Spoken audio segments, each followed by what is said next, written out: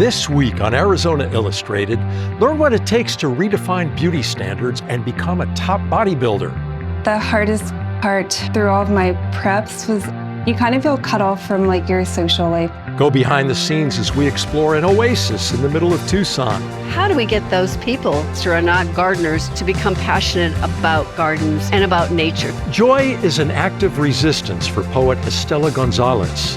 When do women hustle in peace while gentlemen jive for joy? And go back in time to see a secret cave before it became a tourist attraction.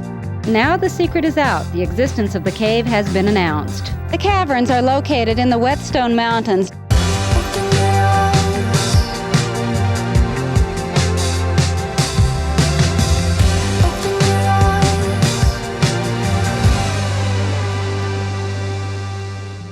Hello, and welcome to Arizona Illustrated and the Tucson Botanical Gardens.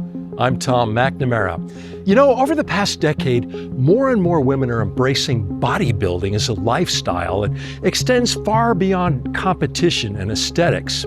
Next, we explore the lifelong benefits, the discipline, and how these women are redefining standards of beauty through bodybuilding. The first time I lifted weights, I felt like it was like electricity zaps, or something lighting up everything in me. And it was just something that I absolutely fell in love with. It's very much a mental thing for people. You know, it's a church. It's what keeps them sane. I felt just on top of the world.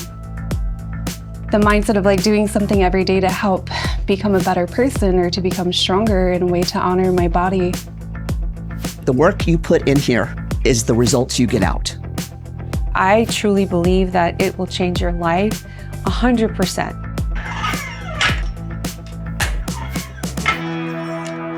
I was born with a congenital condition called an arterial venous malformation, which is essentially an abnormal connection of the arteries and the veins, and mine happened to be in my brain. As I grew, it grew with me, and I had a brain aneurysm.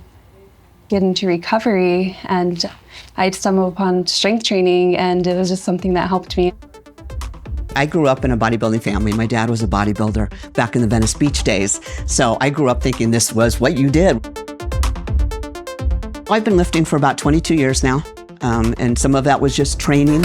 I've been powerlifting about 7 years now, competitively. That's 300. I went to the Olympia, which is the largest bodybuilding show in the world. And I saw the competitors competing, and I just fell in love with their physiques. So I came home right away and I started to compete. I was drinking a lot at the time. Strength training, weightlifting, it saved my life. When you're in competition prep, you cannot drink, you can't cheat, you can't travel. So there was a lot of restrictions, and I needed to be set in the right direction. The two competitions that I've been in, they were through the NPC, which is the National Physique Committee. They were easily some of the hardest things that I've ever been through. It'll really test somebody's strength and what they're made of, their resilience. You work so hard in the gym. I was like, I want to do more. I want to pose. I've worked on biceps. I want to show them. So I went into physique and learned all the poses, and just got hooked on that. So I did that for several years. And NPC, my partner, he said, hey, let's do powerlifting. It's different. You know, you're short, you're muscular. It's a good sport for you. Let's try it. And have been very successful with powerlifting, and I'm ranked #1 in the world of all time in my division. And so right now, that's what I'm doing. I'm training for the next powerlifting nationals coming up in October. I went to Pittsburgh, the Masters National, and I placed 5th on the national level. So it's really hard to do because you're competing against the best in the whole country, actually the whole world. So there's only 5 trophies, and I got 5th, and there was probably about 20 in my class. And my workouts were every day, probably 5 hours a day. So it was workouts plus double cardio. When you get to that level and you're just committed, the discipline has to be there. Powerlifting training is different than bodybuilding training.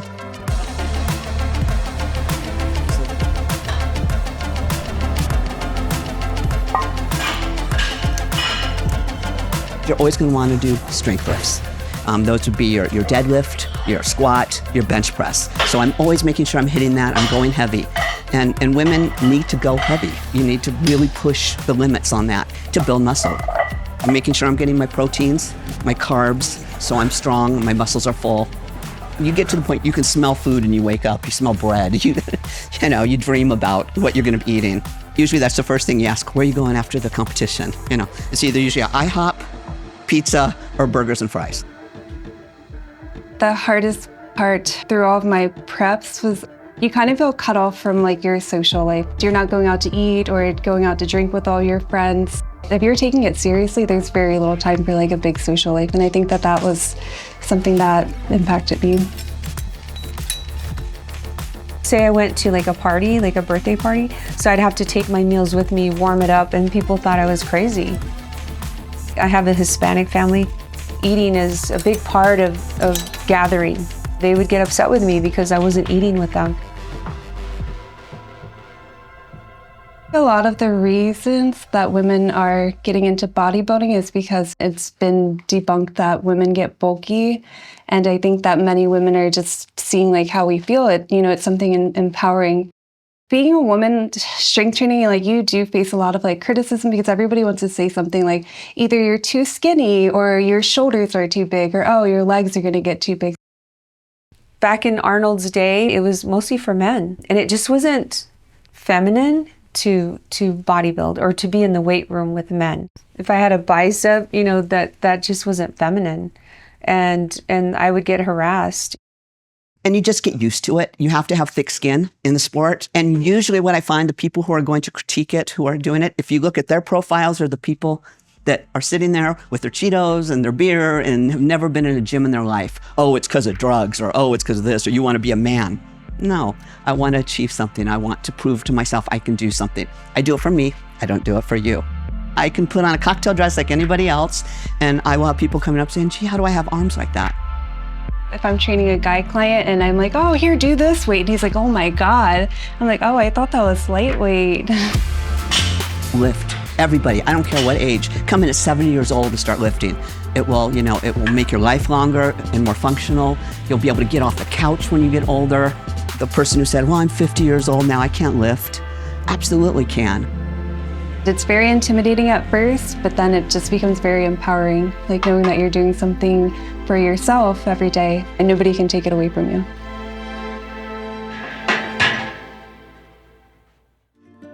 We're joining you today from a true oasis in the heart of the city, the Tucson Botanical Gardens. It's more than a peaceful retreat. This is where art and nature and culture all come together. Born of Bernice Porter's vision, you can wander and learn and be inspired, just as these gardens celebrate their 50th anniversary.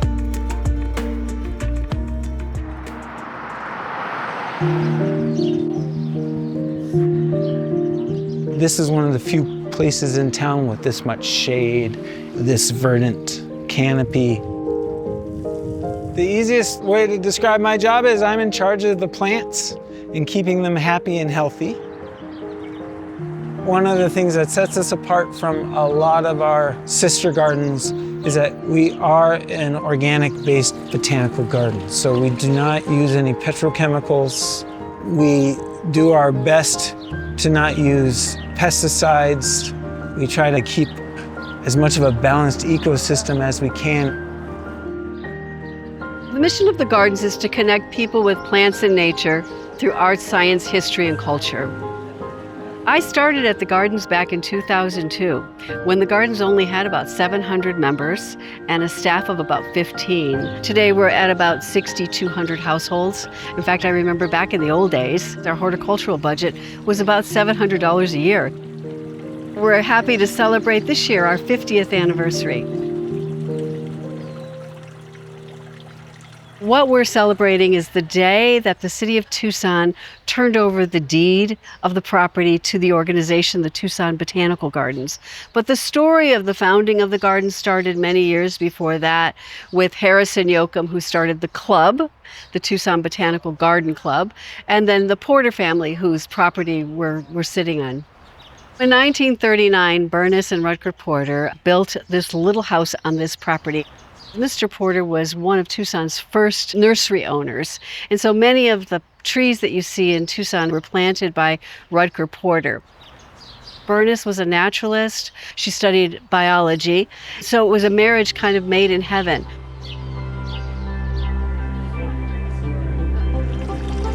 Mr. Porter had passed away, and Mrs. Porter had always dreamed of the garden being a botanical garden for the public. Half of this garden is really historical, and we keep it that way. But there's also a beautiful herb garden. Of course, we have our Cox Butterfly and Orchid Pavilion, the Cactus and Succulent Garden. The most beloved garden is our Barrio Garden. It's a typical Mexican backyard garden. We also have a Zen garden. In May of 2024, the gardens opened the Great Garden Express Railroad.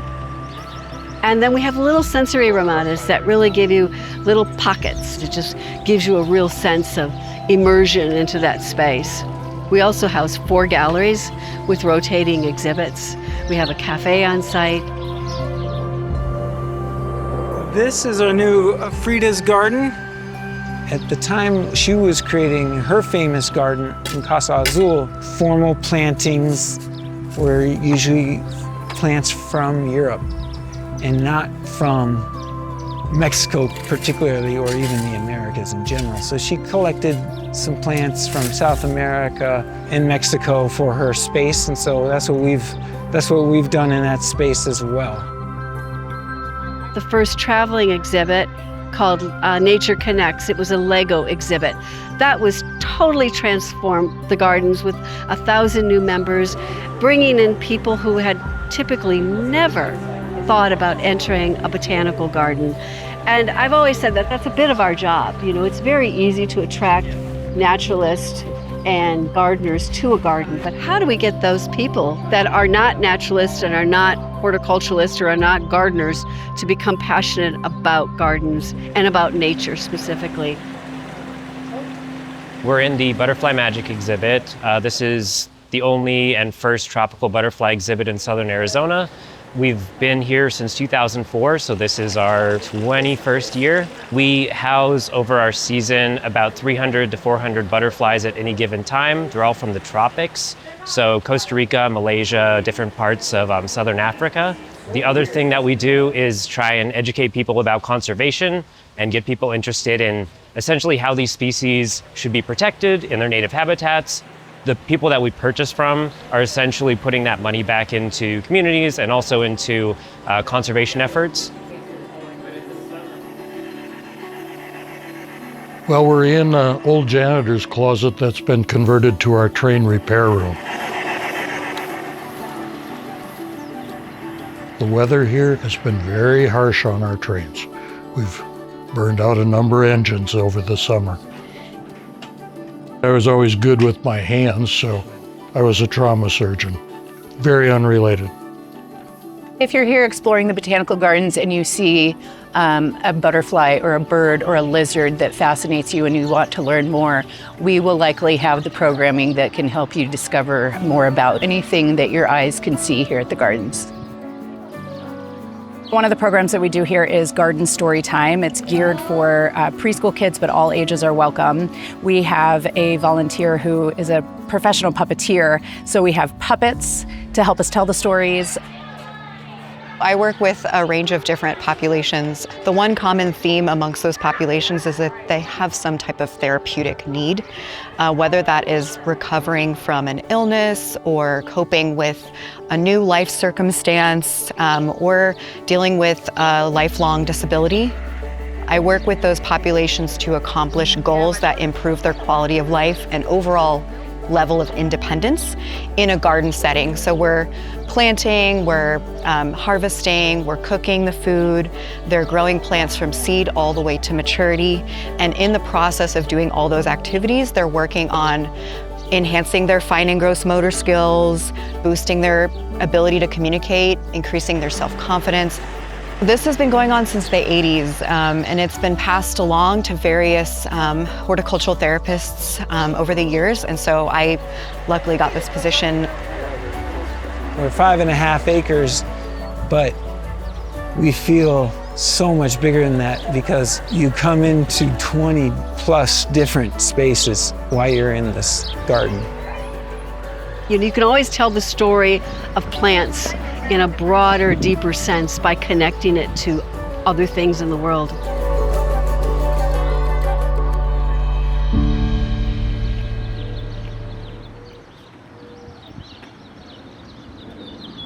Well, joining us now is the president and CEO of Botanical Gardens, Michelle Conklin. Good to see you again. It's good to see you, thanks Tom. for having us back on a special occasion with a lot of cool things going on. First off, what does 50 feel like? 50th anniversary of this great place. It's pretty amazing. I mean, I think about a lot of times the family who started this garden and that small group of members who probably never would have imagined it could cultivate into something as large as this. The Porters, right, whose Porters. land this was not so many years ago.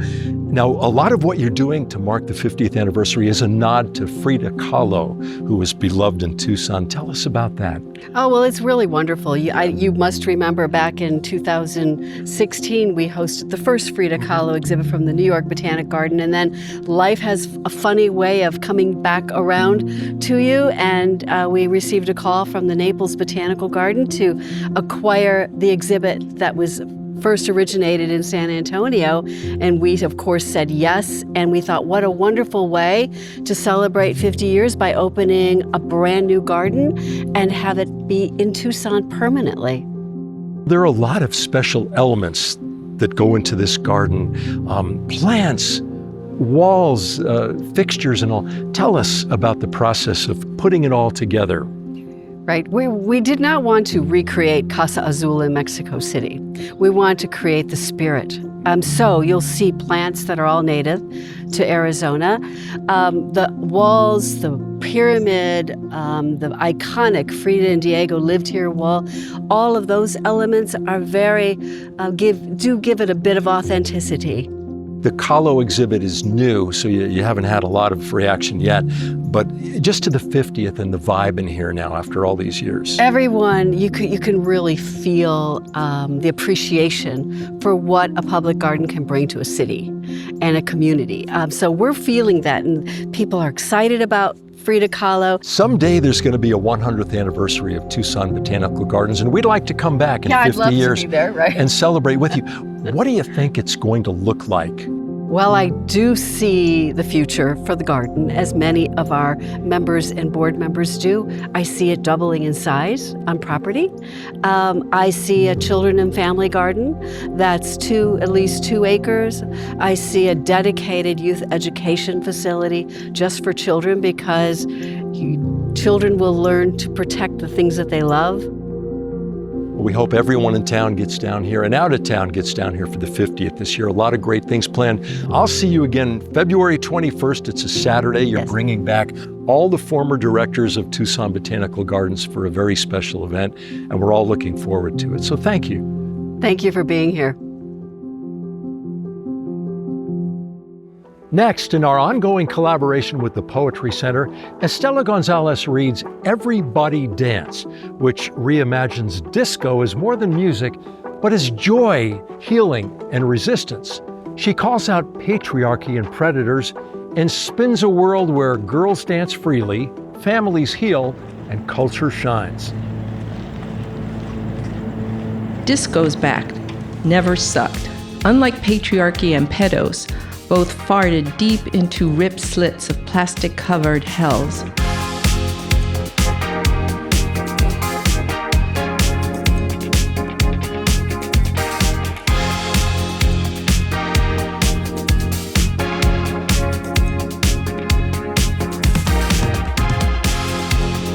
Now, when summer comes, night breezes ride on funky grooves and bass lines into bedrooms. Windows open, doors unlocked. Quinceañeras and sweet 16s are the stuff of cautionary tales. Always set far, far away on Epsteinlandia, mythical island of predators. Instead, family healing sessions, curanderismos, are the order of the day, followed by pachangas with 2 turntables and a mic.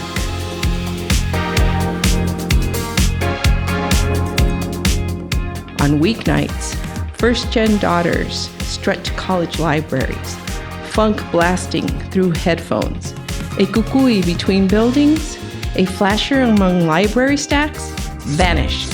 Date rapes? Slut-shaming? Burn, baby, burn.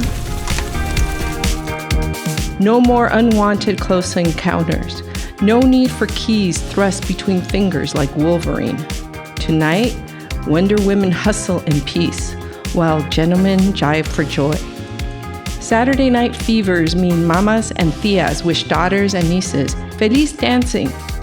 Leisure-suited devils languish in dreary infernos, while parents dream deep. Their children in satin jumpsuits skate to Donna's summer. Polyurethane wheels leveling life under a mirrored ball. Sparkling strength. Paradise gained, misogyny gone in this boogie wonderland.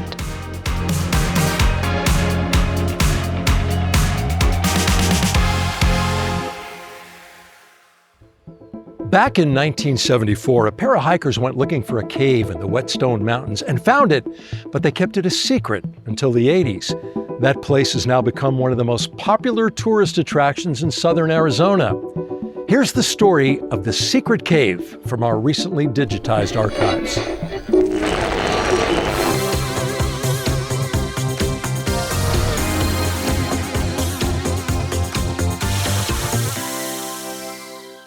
It's an underground wonderland, a fantasy world of brilliant color and startling formations.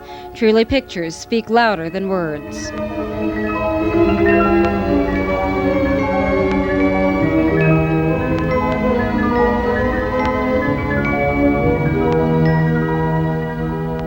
It is estimated that the cave is 2 to 3 million years old. The man who discovered the cavern, Randy Tufts, says it is pristine like the surface of the moon. 98% of it has never been touched by man, and the plan is for it to stay that way. Caverns are protected from the elements, wind, rain, and temperature changes. They are fragile ecosystems which change gradually over thousands of years. Tufts says the first footprints in the cave, made by him 14 years ago, are still there. Since 1974, the cave has been one of the best-kept secrets around. The men who discovered and first explored it were not only expert spelunkers, they were also secret keepers of the First Order. We didn't believe it. We didn't believe it at all. I mean, we'd been hunting for so many years and had never found anything up to that time. It was something that took a while to sink in.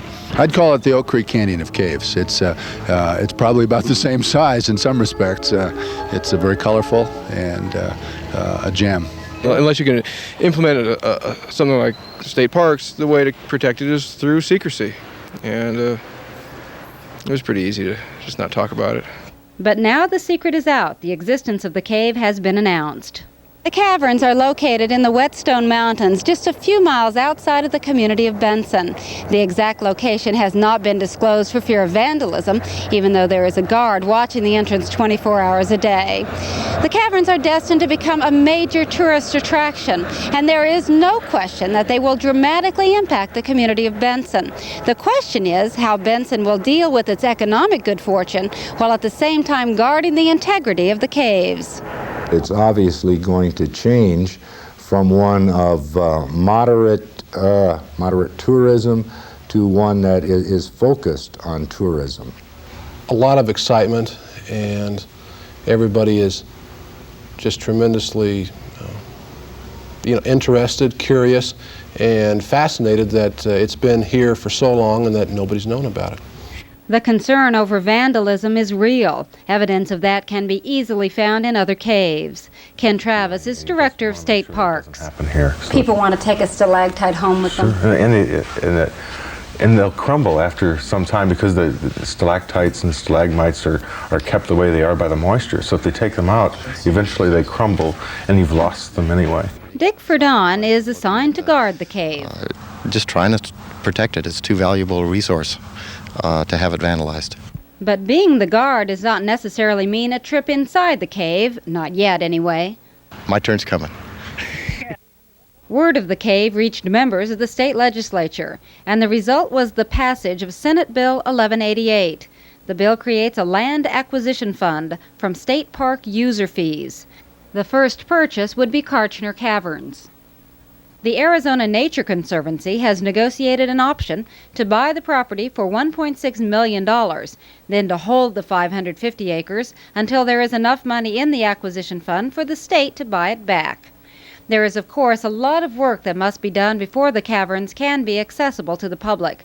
The current opening into the cave has been enlarged from its original size, but it is still extremely small, at least to those of us who are not accustomed to what it takes to get into underground caverns. There's no what we call one-eyed crawls through water passage where you have to, tilt your head sideways to be able to breathe. I mean, there's none of that.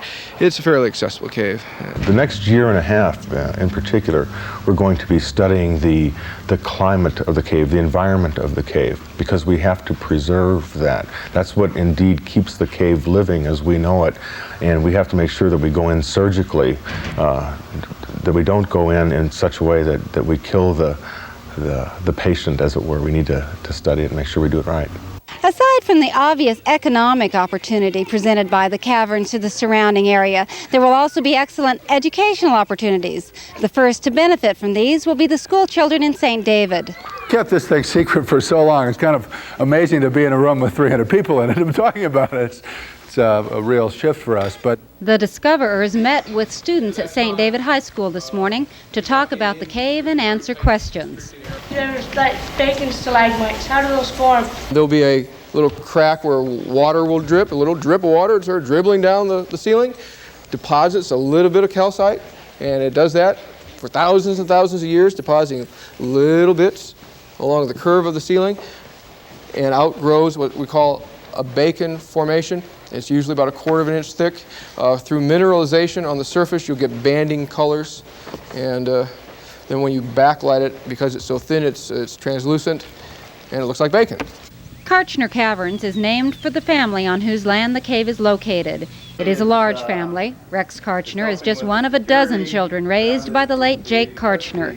Rex is now a teacher at the St. David High School, at which his father was a one-time superintendent. Soon the cave will belong to the state, and in a special way to those whose lives will be most impacted by it. For Arizona Illustrated, I'm Peggy Giddings.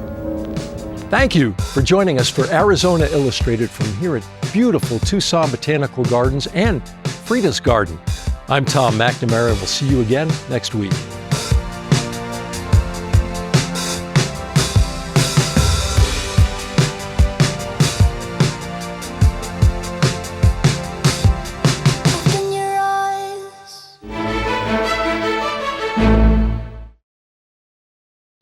Hi, I'm Tom McNamara, host of Arizona Illustrated. Thank you for watching this entire episode of our show here on YouTube. And if you liked it, well, here's another episode that we think you'll like.